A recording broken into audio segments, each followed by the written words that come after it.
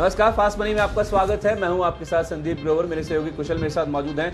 कुशल, आज के लिए अगर आप संकेत सबसे पहले देखें ग्लोबल मार्केट से तो अच्छे ही नज़र आ रहे हैं, क्योंकि डाउ जोन्स अगर आप देखें तो कल करीब 300 अंकों के आसपास का उछाल था। वहाँ पे 1.25% के आसपास ही गेंस थे। लोअर लेवल से 550 अंकों की रिकवरी थी। और आज भी आप देखें तो डाउ फ्यूचर्स में मामूली 30 पॉइंट के आसपास की गिरावट है। और एसजीएक्स निफ्टी देखिए 10,300 का स्तर आपको नजर आएगा। 65 अंकों के आसपास की तेजी है। चीन के बाजार आज बंद है और बाकी जो तमाम एशियन मार्केट्स खुले हैं उसमें आप हैंगसेंग को छोड़ दीजिए। इनफैक्ट हैंगसेंग में भी आज कारोबार बिल्कुल हल्की कमजोरी के साथ कारोबार होता हुआ दिख रहा है। और बाकी तमाम मार्केट्स आप देखें अच्छी बढ़त के साथ वहाँ पे कारोबार हो रहा है। मिसाल के तौर पे कॉस्पी देखिए, जो साउथ कोरिया का मार्केट है, वहाँ पे करीब 1% के आसपास की तेजी और जापान के मार्केट में भी 1% के आसपास से गेंस देखने को मिला है। बावजूद इसके कि लगातार हम देख रहे हैं कि कोरोना से जुड़े हुए जो मामले हैं या तो फिर अथॉरिटीज़ की जो चेतावनी है वो काफ़ी ज़्यादा अलार्मिंग है। उसके बावजूद भी आप देखिए जो संकेत हैं वो काफ़ी अच्छे देखने को मिल रहे हैं। कुशल, आप कैसे रीड कर रहे हैं और आपके कल के परफॉर्मेंस बताइए। देखिए संदीप, मूल माहौल तो डेफिनेटली आज के सत्र के लिए पॉजिटिव लग रहा है, क्योंकि कल जिस हिसाब से फेडरल रिजर्व ने भी कहा है कि पर्टिकुलरली कि बैंक्स को काफ़ी सपोर्ट मिल सकता है, वहाँ पे और एडिशनल इन्फ्लोज आ सकता है, उसको देखते हुए यूएस के मार्केट्स में करीब 300 अंकों का उछाल हमें देखने को मिला। और साथ साथ यूरोपियन मार्केट्स में भी अच्छी तेजी बनती हुई नजर आई। करीब आधे से 1% की तेजी जो है यहाँ पर भी बनती हुई दिखी। और इसके अलावा अगर आप देखें तो पर्टिकुलरली जो मुझे अच्छे संकेत लग रहे हैं, जिस हिसाब से इकोनॉमी जो है बाकी देशों में रिवाइव हो रही है, उससे पॉजिटिविटी जो है, एक रिकवरी के संकेत जो है वहाँ पर नजर आ रहे हैं। अब ये देखना जरूरी होगा क्योंकि कोरोना वायरस के मामले तो लगातार बढ़ते जा रहे हैं। इनफैक्ट भारत में अब देखिए कल के सत्र में एक रिकॉर्ड दर्ज हुआ। भारत में 18,000 से भी ज़्यादा नए मामले आते हुए नजर आए। तो कहीं ना कहीं जो एवरेज है पर डे का वो बढ़ता जा रहा है। तो ये एक थोड़ा सा कंसर्न बना हुआ है और हो सकता है कि कुछ एक देशों में जो है, इनफैक्ट कुछ एक शहरों में लॉकडाउन एक्सटेंड होते हुए भी नजर आए। बट बहरहाल जिस हिसाब से इकोनॉमी रिकवर कर रही है, डेफिनेटली मूल माहौल तो पॉजिटिव लग रहा है। और इसके साथ साथ कल के सत्र में जो स्टॉक्स हमने आपको बताए थे वहां पर नजर डाल लेते हैं। और देखिए यहाँ पर अपोलो टायर्स मैंने आपको बताया था खरीदारी की राय थी। पॉजिटिव प्रोमोटर एक्शन पिछले 1-1.5 हफ्ते से हमें देखने को मिल रहा था और कल के सत्र में भी बहुत अच्छी बढ़त यहाँ पर रही। 113 के ऊपरी स्तर को छुआ। 110 का मैंने आपको लक्ष्य दिया था, तो यहाँ पे टारगेट अचीव होते हुए दिखे। इसके अलावा वाटर बेस ये भी अपने लक्ष्य हासिल करता हुआ नजर आया। 108 का मैंने आपको टारगेट सुझाया था। इसके अलावा बाकी जो 5 स्टॉक्स है वो बिकवाली के जो है परफॉर्म करते हुए नजर आए, जिसमें ओएनजीसी, एनएमडीसी, टाटा स्टील, ये 3 स्टॉक्स शामिल थे। काफी नेगेटिव रिएक्शंस इनमें देखने को मिले दिन के दौरान। और इसके अलावा बैंकिंग स्पेस से एचडीएफसी बैंक और रियल एस्टेट स्पेस से डीएलएफ, ये दोनों स्टॉक्स जो है अपना गिरावट का रुझान दिखा रहे थे। ओके, तो मेरे परफॉर्मेंस की जहाँ तक बात है कुशल, मैंने आपको 7 बिकवाली के और 3 खरीदारी के ट्रेड्स बताए थे। खरीदारी के ट्रेड्स वो तीनों ही टारगेट हिट करते हुए दिखे। पहले बिकवाली के ट्रेड्स की बात करें तो भारतीय इंफ्रा 1.25% नीचे बंद हुआ। 225 का लक्ष्य 217 के आसपास तक लुढ़क गया था। टाटा मोटर्स के फ्यूचर में बिकवाली करने की राय थी। फ्लैट बंद हुआ, लेकिन दिन के दौरान 102 का टारगेट इसने अचीव किया, उसके नीचे भी गया था। इंडिगो के फ्यूचर्स में बिकवाली करने की राय थी। 1% की कमजोरी के साथ ये स्टॉक बंद हुआ। पीवीआर भी आप देखिए पहले टारगेट हिट हुआ, उसके बाद इसमें लो लेवल से रिकवरी आई। 1030 का लक्ष्य था, 1028-30 का इसने लो बनाया। और गोदरेज प्रॉपर्टीज में बिकवाली करने की राय थी। आधे % से ज़्यादा की कमजोरी के साथ ये बंद हुआ। 873 के नीचे लुढ़क गया था, जो कि मेरा लक्ष्य था। और खरीदारी के तौर पे 3 नतीजों के दम पे जीआईसी रील दमदार नंबर्स थे। दिन के दौरान तो हमने 165-75 तक के हाइज भी बनते हुए देखे थे। मेरा 158 का टारगेट बहुत आसानी से अचीव हुआ। एचजी इंफ्रा 9.5% की तेजी के साथ बंद हुआ। दिन में तो ये डबल डिजिट रिटर्न भी दिखा रहा था। 223 का हाई इसने बनाया। और एस्ट्रा माइक्रो 99 का लक्ष्य था, 108-45 तक ये गया था और 2.25% के आसपास की तेजी के साथ ही बंद होता हुआ दिखा। तो कुल मिला के देखा जाए तो 5 और 3 8 स्टॉक ऐसे हैं जिनके टारगेट्स कल के सेशन में अचीव होते हुए दिखे।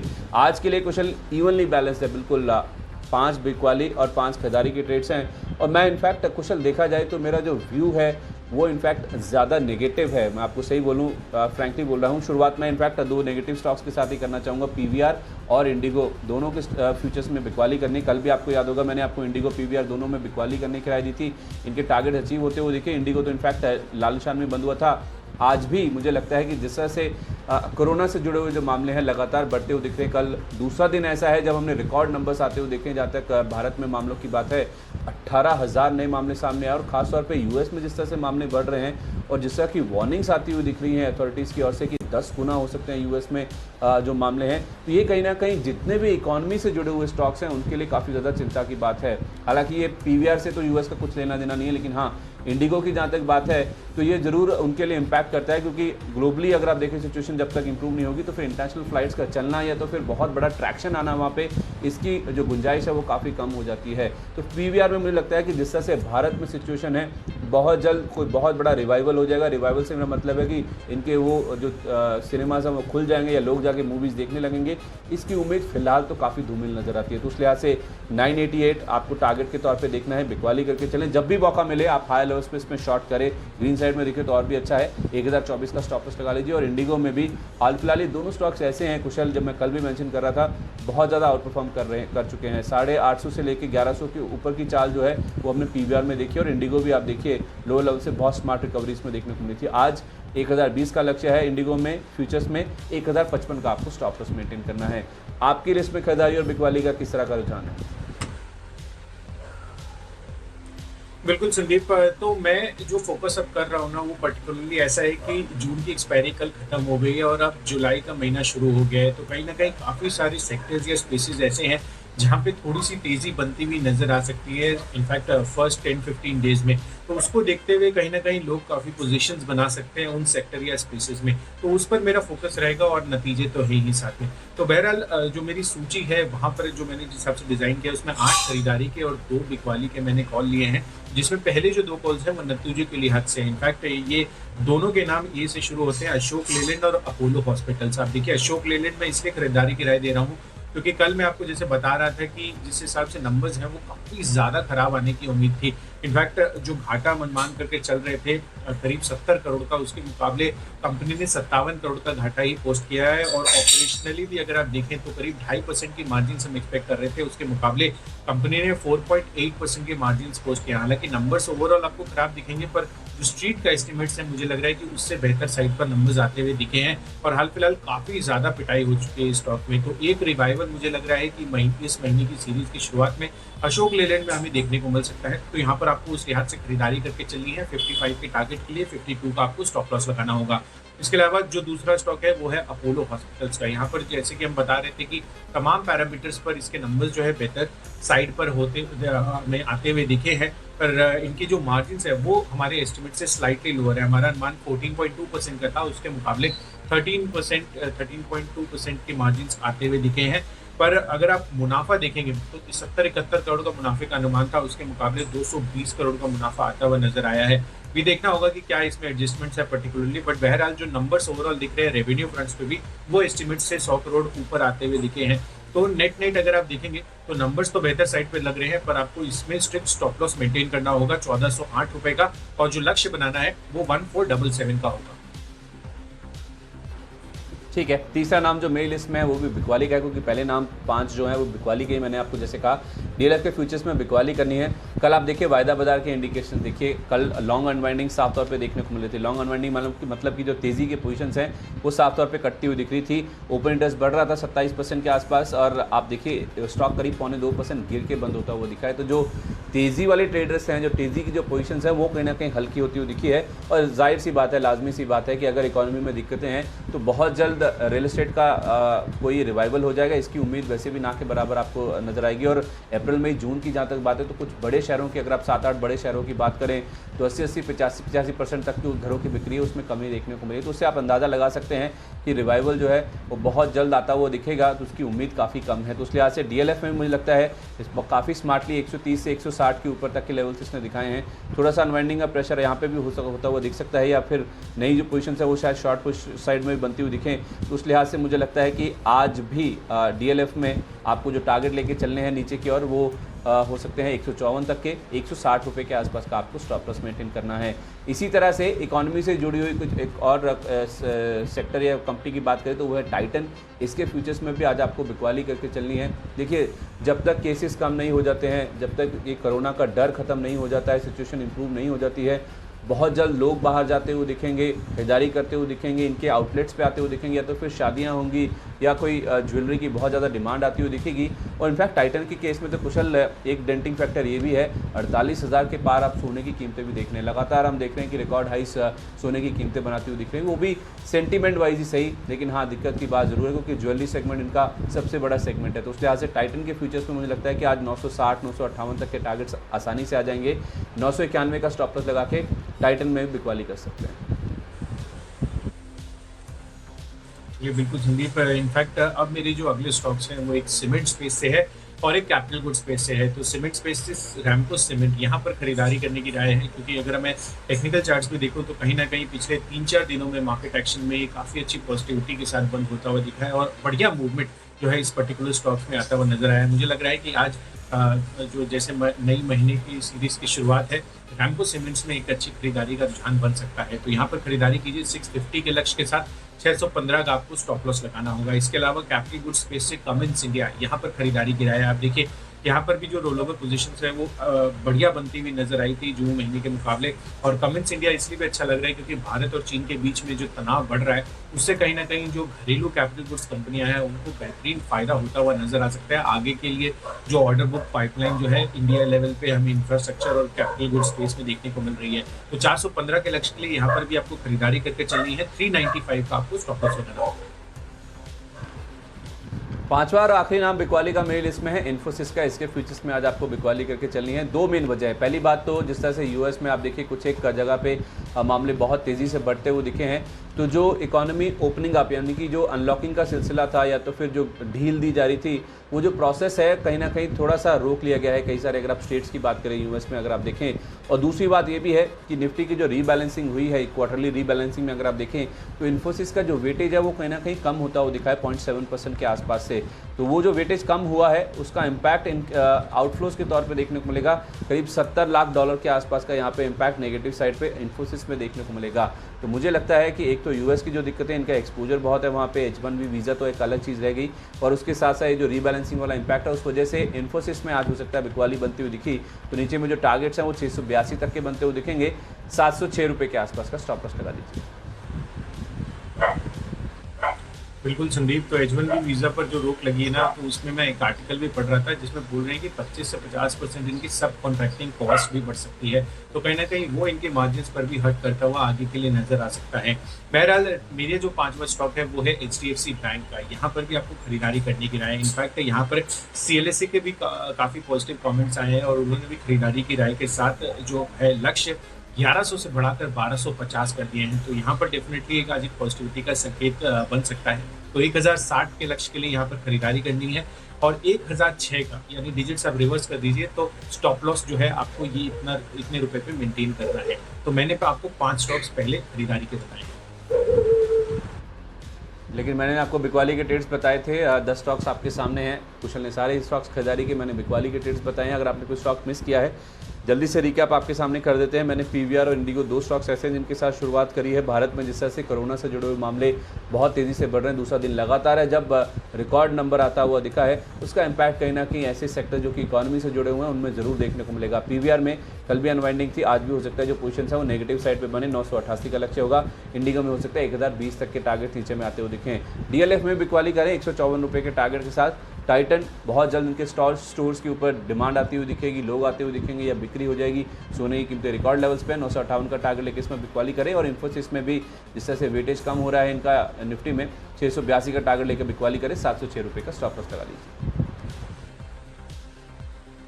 बिल्कुल, तो पहले मेरे जो 2 स्टॉक्स हैं वो नतीजों के लिहाज से अनुमान से बेहतर नंबर्स दोनों के आते हुए नजर आए। तो अशोक लेलैंड और अपोलो हॉस्पिटल्स दोनों में खरीदारी करके चलिए। इसके अलावा जो सीमेंट स्पेस है पर्टिकुलरली रैमको सीमेंट, यह टेक्निकल चार्ट्स पर काफ़ी अच्छा लग रहा है, तो यहाँ पर खरीदारी करके चलिए। इसके साथ साथ कैपिटल गुड स्पेस पर भी फोकस रखना होगा आज के लिए। तो कमिंस इंडिया में भी आपको खरीदारी करके चलनी है, यहाँ पर भी चार्ट्स पॉजिटिव लग रहे हैं। और प्राइवेट बैंकिंग स्पेस भी काफ़ी अच्छा लग रहा है। तो HDFC बैंक है, यहाँ पर CLSA ने भी अपने टारगेट्स बढ़ाए हैं, तो इसमें भी खरीदारी करने की राय है।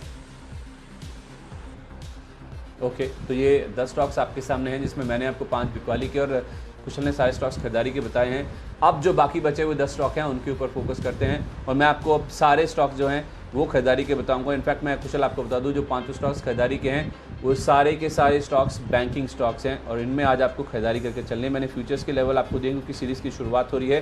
एक्सिस बैंक और कोटक बैंक, दो प्राइवेट सेक्टर से जुड़े हुए बैंक्स हैं जिनमें आज आपको खरीदारी करके चलना है। देखिए ये जो पांचों बैंक्स मैंने लिए हैं ना, उसमें ये जो वजह है कि क्यों आज जिसमें इनमें खरीदारी हो सकती है, इनफैक्ट जो कल भी आउट परफॉर्म करते हुए दिख रहे थे वो इस वजह से है क्योंकि माना ही जा रहा है कि आरबीआई आज एक वन टाइम लोन रिस्ट्रक्चरिंग जो प्रस्ताव है उसके ऊपर विचार कर सकता है और हो सकता है बैंकों को एक राहत देखने को मिले।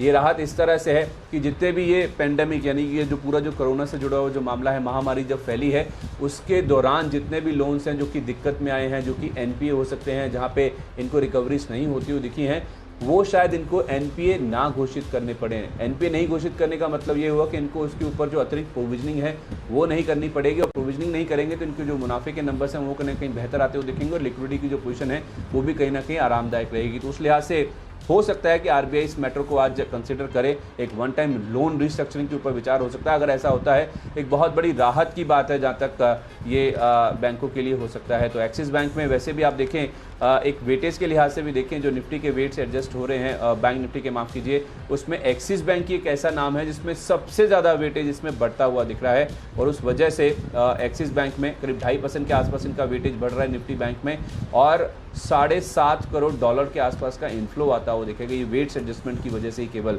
तो दो बड़े फैक्टर्स हैं। एक्सिस बैंक में आज के लिए 431 का लक्ष्य, 418 का स्टॉप लॉस रखें। कोटक बैंक का भी आप देखें तो इनफैक्ट मैं अगर निफ्टी और निफ्टी बैंक दोनों की बात कर रहा था, देख रहा था, तो निफ्टी बैंक में करीब 1.25% वेटेज बढ़ रहा है, $4.25 करोड़ के आसपास का इनफ्लो हो रहा है। और निफ्टी में भी देखिए आप, बैंक निफ्टी में तो वेटेज बढ़ ही रहा है, निफ्टी में भी इनका जो वेटेज है उसमें आप देखें तो करीब 0.35% के आसपास वेटेज बढ़ रहा है और $3.25 करोड़ के आसपास का इनफ्लो इस वजह से भी आता हुआ दिखेगा। तो कोटक बैंक में कल भी आप देखिए 2% के आसपास का आपको था, आज हो सकता है 1400 के आसपास के जो लेवल्स हैं वो फ्यूचर्स में बनते हुए दिखें। 1360 का स्टॉप लॉस लगा लीजिए, कोटक बैंक में भी खरीदारी कर सकते हैं। बिल्कुल संदीप, तो वन टाइम लोन रिस्ट्रक्चरिंग काफी डेफिनेटली पॉजिटिव हो सकता है private bank sector banking space के लिए पर्टिकुलरली। तो उसी सूची को मैं आगे बढ़ाता हूं। तो 3 बैंकिंग स्टॉक्स हमने प्राइवेट बैंकिंग स्पेस से ऑलरेडी रेकमेंड कर दिए हैं, तो दिग्गज प्राइवेट बैंक की सूची आज पूरी कर देते हैं। तो उसमें मैं जो छठा स्टॉक ले रहा हूं वो आईसीआईसीआई बैंक का है। तो एचडीएफसी बैंक के साथ साथ आपको आईसीआईसीआई बैंक में भी खरीदारी करके चलनी है। इनफैक्ट यहाँ पर सीएलएसए का सपोर्ट भी आ रहा है, उन्होंने खरीदारी की राय बरकरार रखी है और लक्ष्य भी 460 से बढ़ाकर 480 कर दिए। तो ये एक एडिशनल ट्रिगर है जो आप कंसिडर कर सकते हैं इस पर्टिकुलर बैंक के लिए। तो 361 के लक्ष्य के लिए यहाँ पर खरीदारी कीजिए, 341 का आपको स्टॉप लॉस लगाना होगा। इसके अलावा अगले जो 2 नाम है पर्टिकुलरली मैं उसमें जो है पहला नाम वो बता देता हूँ आपको जिसमें एलएनटी शामिल है। अब आप देखिए यहाँ पर भारत और चीन के बीच में जैसे कि हम देख रहे हैं कि तनाव बढ़ रहा है, तो कमिंस इंडिया तो मैंने आपको रेकमेंड किया ही है पहले, पर यहाँ पर पर्टिकुलरली अगर आप देखें तो रेलवे, ट्रांसमिशन और रोड सेक्टर, ये जो 3 स्पेस है यहाँ पर जितने भी घरेलू जो कैपिटल गुड स्पेस की कंपनियां हैं उनको काफी फायदा हो सकता है। इनफैक्ट जेफरी जो मान रहा है वो ये है कि एलएनटी, एबीबी और सीमेंस, इन तीनों को सबसे बड़ा फायदा हो सकता है। तो एलएनटी में आपको खरीदारी करके चलनी है। हाल फिलहाल काफी स्टॉक पिट भी चुका है, तो 970 के लक्ष्य के लिए यहाँ पर आप परचेजिंग कीजिए। 920 रुपए का आपको स्ट्रिक्ट स्टॉप लॉस मेंटेन करना होगा। ठीक है, आखिरी के जो 3 नाम है कुशल आपको एक साथ आप बता देता हूँ। बैंक्स तो हैं ही, जैसे मैंने कहा एसबीआई के फ्यूचर्स, आरबीएल बैंक के फ्यूचर्स और बंधन बैंक के फ्यूचर्स में आज आपको खरीदारी करके चलनी है। सीरीज़ के लिहाज से ये सारे फ्यूचर्स के स्टॉक्स से लिए गए हैं। आज नई सीरीज़ की शुरुआत हो रही है, लेकिन एसबीआई इसलिए क्योंकि देखिए सबसे बड़ा बैंक है, अगर कोई भी राहत आती है तो यहीं पर सबसे ज़्यादा इम्पैक्ट आता हुआ दिखेगा। क्योंकि मॉरिटोरियम की बुक्स भी अगर आप देखें तो बंधन बैंक तो आप देखिए लीडर है इसमें, आप देखिए करीब 70-71% के आसपास की इनकी जो बुक है वो मॉरिटोरियम में है और सबसे ज़्यादा दिक्कत भी इनको ही हुई थी। जो अम्फान तूफान आया था उसमें भी अगर आप देखिए तो काफ़ी ज़्यादा दिक्कतें आती हुई दिखी थी, तो स्टॉक उस समय पिटा भी बहुत था। तो अगर ये वन टाइम रिस्ट्रक्चरिंग को आज मंजूरी मिलती है, कोई भी प्रस्ताव को लेकर हरी झंडी आती है आरबीआई की ओर से, तो ये बंधन बैंक, आरबीएल बैंक जैसे जो दिक्कत वाले बैंक हैं उनमें तो असर देखने को मिलेगा ही। एसबीआई चूँकि एक लीडर है, इनकी बुक का बड़ा हिस्सा है, करीब 34% के आसपास वैल्यू टर्म्स में मॉरिटोरियम में इनकी बुक, तो उस लिहाज से बड़ा रिलीफ इनके लिए भी बनता हुआ दिख सकता है। 189 की एसबीआई के लिए आज के लिए टारगेट है, 183 का स्टॉप लॉस रखें। आरबीएल बैंक में 191, 195 तक के जोन्स भी आ सकते हैं, 184, 50 का स्टॉप लॉस लगा लीजिए। और बंधन बैंक के फ्यूचर्स में अगर आप खरीदारी करें तो 344 आपका टारगेट है, 333 रुपए का स्टॉप लॉस लगा दीजिए। बिल्कुल, तो काफ़ी बैंकिंग स्टॉक्स आपने ले लिए हैं और डेफिनेटली अगर ऐसा मोमेंटम होता है और ये न्यूज़ फ्रूटफुल होती है तो काफ़ी बढ़िया मूव हमें आज के सत्र में इसमें देखने को मिल सकता है। बहरहाल एलएनटी के साथ साथ सीमेंस, जैसे कि मैं आपको बता रहा था कैपिटल गुड स्पेस से, तो मैंने आपको आज 3 नाम रेकमेंड किए हैं, कमिंस इंडिया, एलएनटी और साथ ही सीमेंस इंडिया। तो सीमेंस में आपको खरीदारी करने की राय है 1140 के लक्ष्य के लिए, 1090 का आपको स्टॉप लॉस रखना होगा। अगले जो 2 नाम है वो बिकवाली के हैं और यहाँ पर आईओसी के फ्यूचर्स बेचने की राय है। आप देखिए जिस हिसाब से कोरोना वायरस के मामले बढ़ रहे हैं देश में, वहाँ पर आप देखिए पर्टिकुलरली काफ़ी सारे शहरों में अभी भी लॉकडाउन जो है एक्सटेंड किया गया है। इनफैक्ट वेस्ट बंगाल हम 1-2 दिन पहले खबर ये भी देख रहे थे कि 31 जुलाई तक उन्होंने जो है अपना लॉकडाउन एक्सटेंड कर दिया है। तो हो सकता है कि ऑयल की जो डिमांड है उसको रिवाइव होने में थोड़ा और ज़्यादा समय लगता हुआ नजर आए। बहरहाल अभी जिस हिसाब से लग रहे हैं कि कोर ऑपरेशंस वो भी बहुत अच्छे नहीं लग रहे हैं, तो यहाँ पर आपको बिकवाली करने की राय है। इनफैक्ट सीएलएसए ने भी यहाँ पर बिकवाली की राय मेंटेन करी है और 65 रुपए के लक्ष्य दिए हैं। तो यहाँ पर आईओसी में बिकवाली करके चलिए 82 के टारगेट के लिए 87 का आपको स्टॉप लॉस लगाना होगा। और आखिरी कॉल है टाटा मोटर्स का, इसके फ्यूचर्स बेचने की राय है। इसमें गोल्डमैन सैक्स ये कह रहे हैं कि इन्होंने पर्टिकुलरली इनफैक्ट इसको डाउनग्रेड कर दिया है, न्यूट्रल रेटिंग से अब बदलकर बिकवाली की राय दे दी है। तो इनके लिए और जो टारगेट है यहाँ पर आप फोकस कीजिए 72 के टारगेट से जा रहे हैं और वो देख रहे हैं कि आगे आने वाले फ्यूचर में कोई बहुत सिग्निफिकेंट डेट रिड्यूस हो जाएगी, ऐसा वो नहीं मानकर चल रहे हैं। तो कहीं ना कहीं इसका जो सेंटिमेंटल इम्पैक्ट है आपको आज टाटा मोटर्स में नजर आ सकता है। तो 100 रुपए के लक्ष्य के लिए यहाँ पर भी बिकवाली कीजिए और 107 रुपए का आपको स्ट्रिक्ट स्टॉप लॉस मेंटेन करना होगा। चलिए, तो 20 शेयरों की सूची पूरी है। अगर आपने कोई स्टॉक मिस किया है तो रिकैप कर देते हैं आपके सामने जल्दी से। मैंने आपको 5 बिकवाली के और 5 खरीदारी के ट्रेड्स बताए। शुरुआत मैंने पीवीआर और इंडिगो के फ्यूचर्स में बिकवाली के साथ करी थी। इकोनॉमी से जुड़े हुए स्टॉक्स हैं, जिस तरह से रेलवे ने भी और फैसला लिया है कि 12 अगस्त तक जो रेगुलर ट्रेन है वो नहीं चलेंगी, कुछ स्पेशल ट्रेन ही चलेंगी। कोरोना के मामले बहुत तेज़ी से बढ़ रहे हैं, तो इकोनॉमी से जुड़े हुए स्टॉक्स के ऊपर इसका असर देखने को मिलेगा। जाहिर सी बात है, फिर डीएलएफ में भी कल हमने अनवाइंडिंग देखी थी, आज भी हो सकता है नई पोजीशंस बिकवाली के तौर पर देखने को मिले। टाइटन के भी स्टोर्स में बहुत जल्द डिमांड आ जाएगी, ज्वेलरी की डिमांड आ जाएगी, ऐसा आशंका, ऐसी जो उम्मीद है कम नजर आ रही है, क्योंकि सोना भी आप देखिए रिकॉर्ड हाइस के आसपास है। इन्फोसिस में बिकवाली करें, इनका निफ्टी में वेटेज भी कम हो रहा है, उसका इंपैक्ट भी आता है, वो देखेगा। और जो 5 खरीदारी के ट्रेड्स हैं उसमें तमाम बैंक्स हैं और प्राइवेट सेक्टर के बैंक्स हैं। एक्सिस बैंक जिसका निफ्टी बैंक में सबसे ज़्यादा वेटेज बढ़ रहा है, कोटक बैंक, यहाँ पे निफ्टी और निफ्टी बैंक दोनों में ही इनका वेटेज इजाफा होगा, यहाँ से इनफ्लोस आते हुए दिखेंगे। और आज एक हो सकता है कि आरबीआई का जो वन टाइम लोन रिस्ट्रक्चरिंग है उसके ऊपर विचार करता हुआ दिखे, तो उसका जो फायदा है एसबीआई, आरबीएल बैंक और बंधन बैंक जैसे जो दिक्कत वाले बैंक्स हैं, जहाँ तक मॉनिटोरियम की बुक की बात है, उनमें भी आज साफ तौर पर खरीदारी के तौर पर देखने को मिल सकता है।